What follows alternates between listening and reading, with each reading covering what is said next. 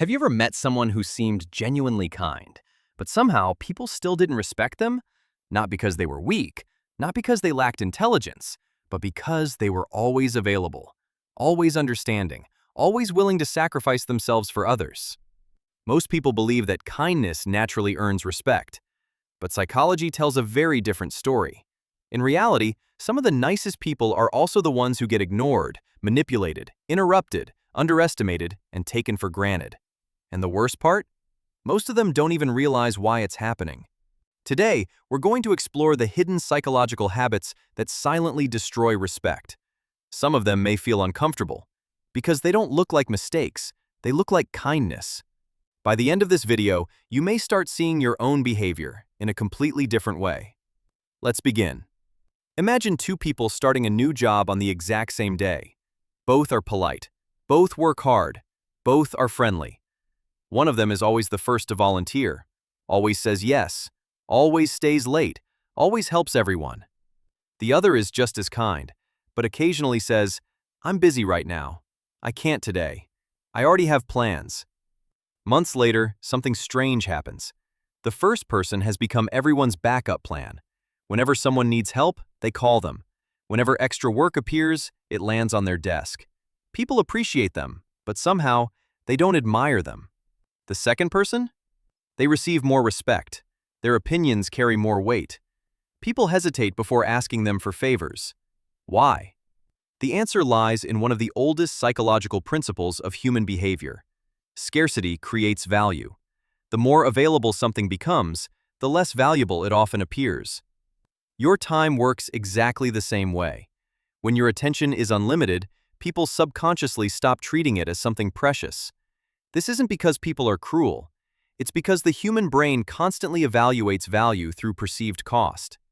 If access to you requires nothing, your presence slowly loses psychological weight. This happens so gradually that most people never notice it. They simply wake up one day wondering why nobody seems to respect them anymore. But availability is only the beginning. There's another invisible habit that's even more damaging. Many people confuse avoiding conflict with creating peace. They stay silent when someone interrupts them. They laugh off disrespectful jokes. They ignore rude comments. They tell themselves, "It's not worth arguing. I don't want drama. I'm just being mature." At first glance, this sounds wise. But human psychology interprets repeated silence differently. Every interaction teaches people how they can treat you. Every ignored boundary becomes an accepted boundary. Every unchallenged act of disrespect quietly becomes permission. People don't consciously think, "I can disrespect this person." Instead, their brain simply updates the social pattern. This behavior has no consequences. Over time, small acts become larger ones. Interruptions become normal. Requests become demands. Respect slowly disappears, not because people suddenly changed, but because the rules were never communicated. One fascinating study in social psychology found that people naturally continue behaviors that consistently receive no resistance. Not because they enjoy hurting others, but because the brain always chooses the path of least resistance. This means something surprising. Setting boundaries isn't aggressive, it's educational. You're teaching other people how to interact with you. Without realizing it, many kind people spend years educating everyone to value them less. And then they wonder why relationships feel exhausting. But perhaps the biggest misunderstanding of all is believing that confidence and kindness cannot exist together. Many people secretly think they must choose one or the other, either become colder or continue being overlooked. Fortunately, psychology shows there's a third option, and that's exactly where the biggest transformation begins. Think about the people you admire most.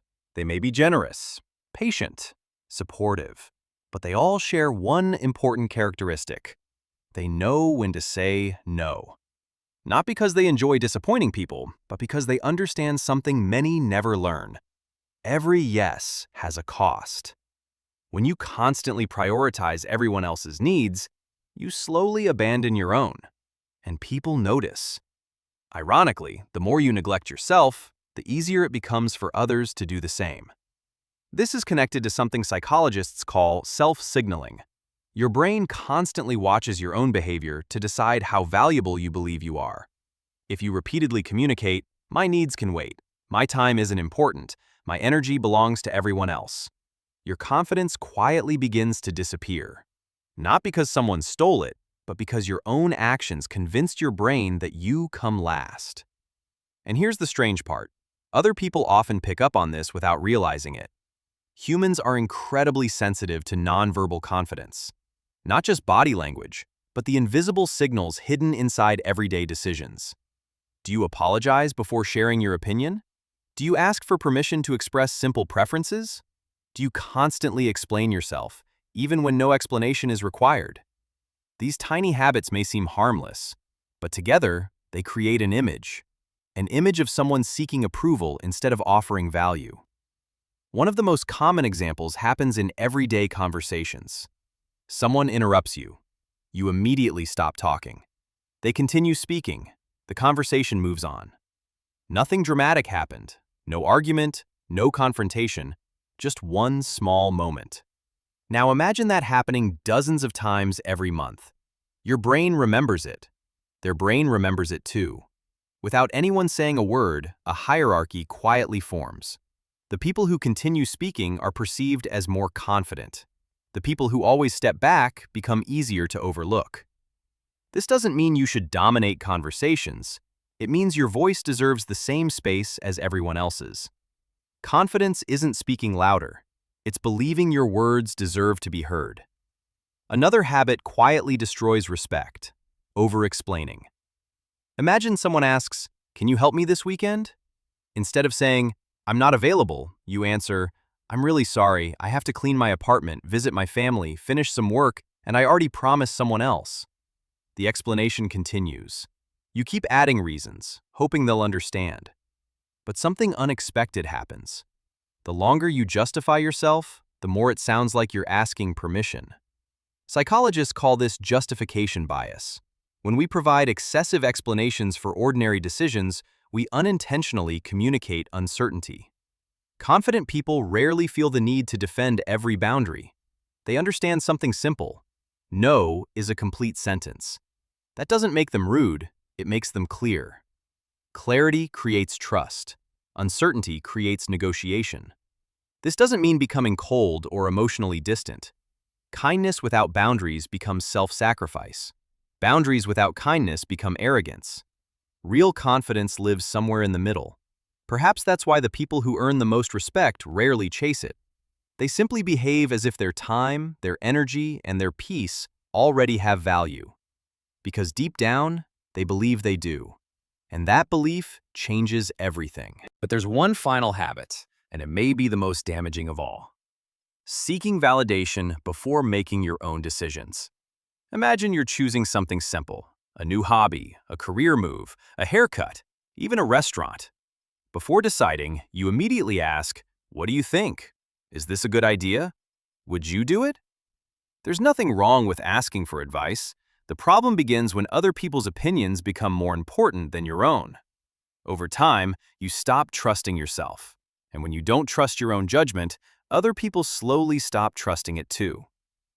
Psychologists often describe confidence as a signal, not a loud announcement, not arrogance, a signal.